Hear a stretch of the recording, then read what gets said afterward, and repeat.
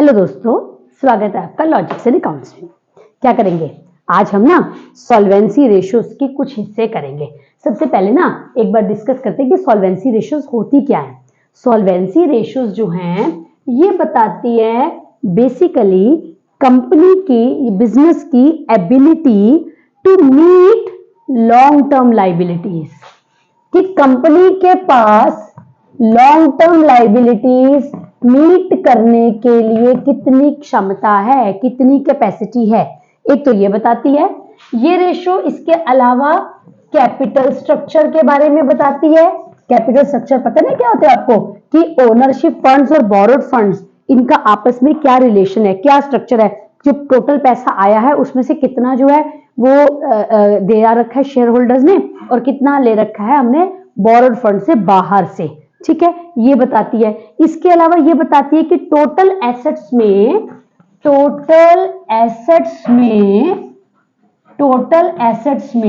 Date की कितनी हिस्सेदारी है, ये बताती है।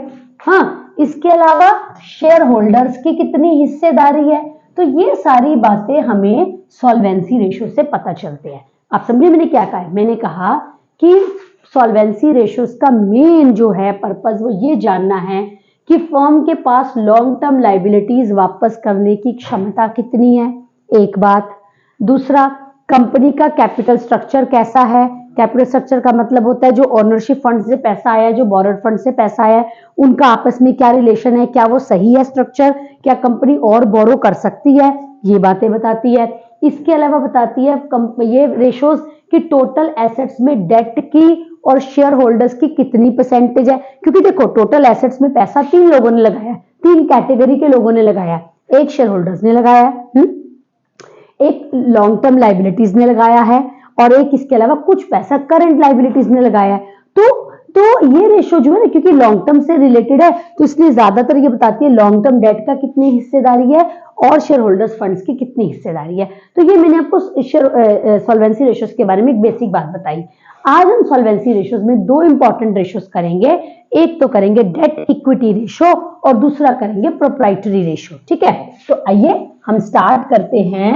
मैंने कहा हम पहले करते हैं कौन सी, debt equity ratio, solvency ratio. एक सॉल्वेंसी रेशो मैंने आपको उसमें भी बताई थी, इंटरेस्ट कवरेज रेशो, कि फर्म के पास कितनी कैपेसिटी है, कितना प्रॉफिट है, कि फर्म कितने टाइम्स प्रॉफिट है कि कंपनी उससे आराम से इंटरेस्ट पे कर पाए। ठीक है, जहां मैंने आरओआई की कॉन्सेप्ट बताई थी। अगर वीडियो आपने मिस हो गई आपसे तो जरूर एक बार देख लीजिएगा। ठीक है, मैं अगली बारी बता रही हूँ सॉल्वेंसी रेशो की। तो आज जो हम डिस्कस करेंगे, पहले हम करेंगे date equity ratio. Date equity ratio याद रखना है दोस्तों आपने कि ये सॉल्वेंसी रेशो जो है लॉन्ग टर्म लाइबिलिटीज की बात करती है। तो मैं पहले डेट इक्विटी का फॉर्मूला बताऊं आपको। डेट इक्विटी रेशो का फॉर्मूला होता है debt upon equity. Debt upon equity क्या मतलब है इसका, और डेट से क्या मतलब है। वैसे डेट का मतलब तो होता है कि जो कंपनी ने टोटल पैसा बाहर से ले रखा है, लेकिन यहां पर जो डेट का मतलब होता है मेजरली वो हम देते हैं कौन सा, long term non current liability. हालांकि दोस्तों एक बात मैं आपको और बताऊं, कभी कभी ऐसा भी होता है कि जब हम डेट लेते हैं ना तो हम टोटल डेट भी ले लेते हैं, यानी शॉर्ट टर्म डेट भी ले लेते हैं एक्चुअली। क्योंकि देखो रेशोज की ना एक बात ये है कि रेशोज का कोई स्टैंडर्ड रूल तो है नहीं है। रेशोज तो है कि हर पार्टी अपने हिसाब से बिजनेस की परफॉर्मेंस को जानने के लिए उसकी फाइनेंशियल कंपोनेंट्स को टेस्ट करती है, देखती है। ठीक है, तो ज्यादातर केसेस में तो हम लॉन्ग टर्म डेट लेते हैं। हाउएवर किसी किसी केस में हम जो है टोटल डेट भी लेते हैं। यानी कहने का मतलब यह है कि कभी कभी हम ये भी कह देते हैं टोटल डेट अपॉन इक्विटी।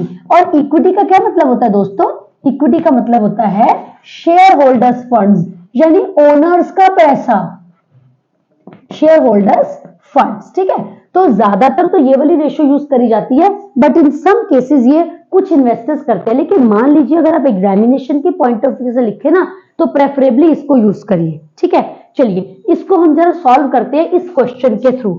आइए डेट इक्विटी रेशो को जानने की कोशिश करते हैं, फिर हम ये भी जानेंगे कि सही रेशो कौन सी है, कितनी होनी चाहिए। हाँ, ये जरा क्वेश्चन एक बार देखिए। क्वेश्चन दे रखे करंट एसेट्स 8 लाख की, नॉन करंट एसेट्स 32 लाख की, वर्किंग कैपिटल 3 लाख रुपीज। ठीक है, शेयर कैपिटल 18 लाख, 60,000 रुपीज और रिजर्व्स 1,40,000। देखिए दोस्तों, बहुत बार ऐसा होता है कि क्वेश्चन में ना क्या नाम है, जो हमें चाहिए वो सीधा नहीं दे रखा होता, हमें ट्विस्ट करके दे रखा होता है, तो हमें अपने आप से निकालना होता है। ठीक है, अब देखो मुझे चाहिए डेट, डेट का मतलब है लॉन्ग टर्म डेट। अब लॉन्ग टर्म डेट तो कहीं क्वेश्चन में दे ही नहीं रखा है ना। अच्छा, फिर मुझे चाहिए इक्विटी यानी शेयर होल्डर्स का पैसा। हाँ, ये तो दे रखा है, लेकिन डेट तो नहीं दे रखा, ना तो टोटल डेट दे रखा है ना तो लॉन्ग टर्म डेट दे रखा है, तो मैं दोनों में से कोई फॉर्मूला नहीं अप्लाई कर सकती। तो आपको पता है क्या करना चाहिए इस केस में, ऐसे केसेस में खास तौर पे अगर वो चीजें बैलेंस शीट से रिलेटेड है ना, तो रफली आप एक क्या करिए, वर्किंग नोट में एक बैलेंस शीट बनाइए। कैसे, क्या मतलब है मेरा मतलब है, ये देखिए मैं आपको बैलेंस शीट बताऊं, हमें ना बैलेंस शीट के मेन कंपोनेंट्स पता होने चाहिए, तभी हम कर पाएंगे। ठीक है, देखिए ये मेरी एसेट साइड है, इसमें आती है मेनली नॉन करंट एसेट्स और दूसरी आती है करंट एसेट्स, जबकि लाइबिलिटी साइड की जो मेन आइटम्स होती है वो कौन कौन सी होती हैं, वो होती है शेयर होल्डर्स फंड्स, दूसरी होती है नॉन करंट लाइबिलिटी और तीसरी होती है करंट लाइबिलिटीज। इस तरीके के क्वेश्चंस को ना रफ में अगर आप बैलेंस शीट बना लेते हो तो आपके लिए बहुत आसान हो जाती है चीजें। देखो जरा वैल्यूज पुट करते जाओ, आप अपने आप चीजें निकाल लोगे।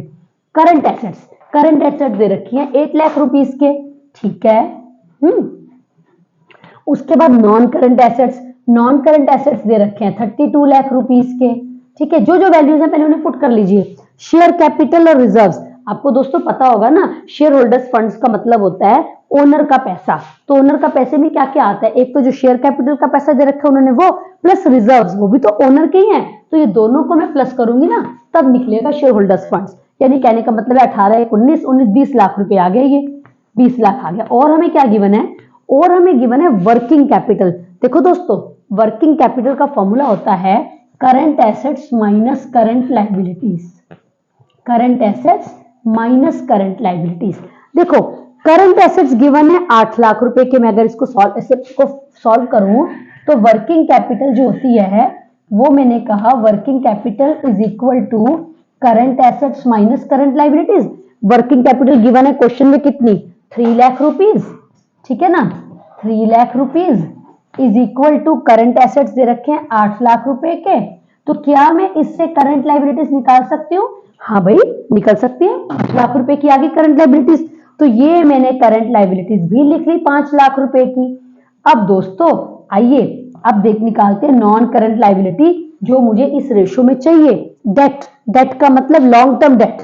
देखिए जरा 32 और 8 हो गया 40 लाख, तो ये 40 लाख इधर का टोटल आ रहा है ना, इधर का आ रहा है 25, इसका मतलब नॉन करंट लाइबिलिटीज हो गई कितने की, 15 लाख रुपए की। देख लो एक बार, क्यों मैंने कहा, क्योंकि देखो फिर हमें पता है जो एसेट्स का टोटल होता है वो लाइबिलिटीज का भी टोटल होता है। तो अगर इधर का 40 लाख है तो इस तरफ का भी तो 40 लाख आ गया, ठीक है। अब 40 लाख में से 20 लाख मुझे ये पता है, 5 लाख मुझे ये पता है, 25 पता है, इसका मतलब बाकी की क्या है, नॉन करंट लाइबिलिटीज है, वो हो गई हमारी 15 लाख की। तो देखो अब मैंने नॉन करंट लाइबिलिटीज भी निकाल लिया और दूसरा मैंने मुझे चाहिए इक्विटी, वो ऑलरेडी शेयर होल्डर्स फंड्स में है। आइए अब पता करते हैं कि रेशो निकालें, डेट इक्विटी रेशो। मैं ये वाला फॉर्मूला अप्लाई कर रही हूँ, long term debt upon equity माने शेयर होल्डर्स फंड्स। हम ये भी कर सकते हैं, कुछ केसेस में ये करते हैं, बट ज्यादातर हम इसको फॉलो करते हैं, ठीक है। दोनों के इंप्लीकेशंस को भी समझते आइए। पहले हम इसको अप्लाई करते हैं, नॉन करंट लाइबिलिटीज, तो हमने निकाल लिया 15 लाख रुपए, 15 लाख डिवाइडेड बाय इक्विटी कितनी है, शेयर होल्डर्स फंड्स, वो है 20 लाख। मैं इसको अगर सॉल्व करूं तो कितना आ गया, 3:4 आ गया। अगर और इसको सॉल्व करूं तो 0.75:1। इसका अब मतलब समझे, क्योंकि रेशो में ना मतलब समझना, उसके इंप्लीकेशन समझना बड़े जरूरी है। दोस्तों इससे ये समझ में आ रहा है कि हर 1 रुपए की इक्विटी के पीछे 0.75 का लोन है। मतलब अगर टोटल पैसा नॉन करंट लाइबिलिटीज का मिला दें, अगर टोटल पैसा जो है 1.75 रुपये लगे हैं, तो 1 रुपया उसमें जो है इक्विटी का है और 0.75 जो है वो बाहर से कंपनी ने लोन्स वगैरह के फॉर्म में ले रखा है, ठीक है। अच्छा देखो ये एक बात याद रखो कि इससे ये पता चलता है कि फर्म, एक बात और समझ में आई, जैसे मैं इस रेशो को देखूं तो फर्म के पास अभी इस क्वेश्चन के हिसाब से लोन लेने की कैपेसिटी है। ज्यादातर केसेस में कहा जाता है कि डेट इक्विटी रेशो जो है ना वो 2:1 तक जा सकती है। मतलब कि डेट जो है वो इक्विटी का डबल हो सकते हैं मैक्सिमम, और इस केस में तो 0.75 है। तो यानी अगर कंपनी लोन लेना चाहे तो क्या ले सकती है? हाँ, कंपनी कंफर्टेबली ले सकती है। और जो अगर पैसा किसी ने इन्वेस्टर ने लगा रखा है पैसा, तो वो भी आराम से इन्वेस्ट कर सकता है, क्योंकि उसको पता है अभी इक्विटी कंपनी का बेस स्ट्रांग है, क्योंकि 1 रुपए की कैपिटल के पीछे लोन अभी केवल 0.75 है ना। तो ये रेशो डेट और इक्विटी, कितना पैसा लॉन्ग टर्म बोरोड फंड से लगा हुआ और कितना ओनर का लगा, ये बताता है। और हम कहते हैं डेट जो है इक्विटी का मैक्सिमम डबल हो सकता है, अगर उससे कम है तो भी कंपनी के पास कैपेसिटी है और या लोन लेने की। ये कहो कि जो बाहर वाला जो लोन देने वाला है वो भी कंफर्टेबली जो है लोन दे सकता है बिना किसी प्रॉब्लम के, ठीक है। मतलब उसको लगेगा सेफ्टी है पैसे की। लेकिन याद रखना, इससे ज्यादा जैसे से अगर कंपनी 2:1 से बढ़ा देती है डेट, या ये कहो जैसे से डेट बढ़ता जाता है, तो कंपनी को बेनिफिट तो होता है कि ट्रेडिंग ऑन इक्विटी का बेनिफिट ले पाती है, कि कंपनी जो है उससे ओनरशिप का जो फंड है उसके रिटर्न्स को फायदा दे सकती है। लेकिन दूसरी तरफ ये भी याद रखना, ज्यादा डेट जो होता है वो कंपनी की रिस्क को भी तो बढ़ाता है, क्योंकि डेट है, कल को अगर प्रॉफिट ना आया तो इंटरेस्ट देना मुश्किल हो जाएगा। तो कहने का मतलब है एक बैलेंस मेंटेन करना पड़ता है, बहुत ज्यादा डेट भी नहीं ले सकते हो और बहुत कम भी नहीं रख सकते हो, तो बैलेंस मेंटेन करना पड़ता है। तो ज्यादातर कहते हैं मैक्सिमम लिमिट जो है 2:1 की है। इस क्वेश्चन में अगर मैं देखूं तो 0.75:1 है। तो अगर किसी को ये देखना है कि मैं इस पैसे में पैसा लगा दूं, तो हाँ भाई, हम कह सकते हैं तब लगा सकते हो। तो ये मैंने डेट इक्विटी रेशियो के थ्रू आपको बताया, जिसमें डेट और इक्विटी के रिलेशनशिप को ऐसे समझाया जाता है, ठीक है। ये मेरा ख्याल आपने मेन पॉइंट्स नोट कर लिए होंगे। हाँ, अब मैं चलती हूँ अगली रेशियो। मैंने कहा ना 2 आज हम रेशियो करेंगे सॉल्वेंसी रेशियोज की। एक हमने करी डेट इक्विटी रेशियो, और दूसरी अब मैं आपको बताती हूँ दूसरी रेशियो जो हम करने जा रहे हैं दोस्तों, वो है total assets to debt ratio. ना हम पहले वो नहीं, हम पहले करते हैं प्रोप्राइटरी। आइए सॉरी, हम अब करेंगे प्रोप्राइटरी रेशियो। धीरे धीरे बढ़ते हैं। प्रोप्राइटरी रेशियो, तो दोस्तों प्रोप्राइटरी रेशियो का फॉर्मूला होता है प्रोप्राइटर्स फंड्स भी कहते हैं, इक्विटी भी कहते हैं, हाँ, और इसको शेयर होल्डर्स फंड्स भी कहते हैं, share holders funds upon total assets. मतलब क्या समझ में आया कि टोटल एसेट्स में प्रोप्राइटर का कितना हिस्सेदारी है। मैंने बताया ना, सॉल्वेंसी रेशियोज ये बताती है कि टोटल एसेट्स में प्रोप्राइटर की यानी शेयर होल्डर्स की कितनी हिस्सेदारी है। साथ में ये भी बताती है कि भाई डेट और इक्विटी का क्या रिलेशन है। तो डेट इक्विटी रेशियो में डिस्कस करा, अब हम डिस्कस करें टोटल एसेट में प्रोप्राइटर की हिस्सेदारी कितनी है। तो आइए वैल्यूज पुट करें और देखें जरा। प्रोप्राइटर्स फंड्स, इस क्वेश्चन में हमने प्रोप्राइटर्स फंड्स निकाल रखे कितने, 20 लाख रुपए के, सो 20 लाख रुपीस, ठीक है, divided by total assets. Total assets कितने के आ रहे हैं, 40 लाख रुपए के, ठीक है। मैं चाहूं तो इसको ऐसे भी छोड़ दूं, ऐसे से मेरा मतलब है कि सिंपल रेशियो के फॉर्म में, अगर मैं रेशियो के फॉर्म में बोलूं तो कितना आ गया, 0.5:1 आ गया, है ना। सॉल्व करें, मैंने 2/4 आया, 0.5:1। और मैं चाहूं तो परसेंटेज में भी करूं। अगर मुझे परसेंटेज में करना है तो मुझे इंटू 100 लगाना पड़ेगा, यानी आंसर आया 50%। क्या मतलब है, टोटल एसेट्स में ओनर का जो फंड है, ओनर की जो हिस्सेदारी है वो 50% है। या रेशो में वो समझना है तो मैं ये बोलूं 1 रुपये के एसेट्स में 50 पैसे जो हैं वो ओनर का फंड लगा हुआ है। तो ठीक है, ये होती है प्रोप्राइटरी रेशो। 2 रेशो तो आज हमने डिस्कस कर ली। एक डेट इक्विटी रेशो जो कंपनी का कैपिटल स्ट्रक्चर सही है कि नहीं इस बारे में बताती है। दूसरा हमने कहा प्रोप्राइटरी रेशो की टोटल एसेट्स में प्रोप्राइटर की हिस्सेदारी कितनी है। ठीक है, ये 2 रेशोज आज हमने समझे। धीरे धीरे हम रेशोज बढ़ाते जाएंगे, अपना डिफिकल्टी लेवल भी थोड़ा इंक्रीज करते जाएंगे। उसमें बड़ी सारी बातें हैं जो हम अपने आने वाले वीडियोस में धीरे धीरे आपको बताते जाएंगे। ठीक है, तो इसको अच्छे से देखिएगा, समझिएगा और हमारे वीडियो को लाइक कर दीजिएगा, शेयर कर दीजिएगा, कमेंट कर दीजिएगा। और अगर अभी आपने सब्सक्राइब नहीं करा तो प्लीज सब्सक्राइब भी कर दीजिएगा। ठीक है, कमेंट बॉक्स में आप कोई बात कहना चाहते हो, कोई पर्टिकुलर टाइप का चाहते हो टॉपिक समझना, तो वो भी बता दीजिएगा। हम उस पर आप कोशिश करेंगे कि उस बात को नेक्स्ट अपने वीडियोस में ऐड करें। ठीक है दोस्तों, सो नेक्स्ट वीडियो का वेट कीजिए। Till then, goodbye all of you.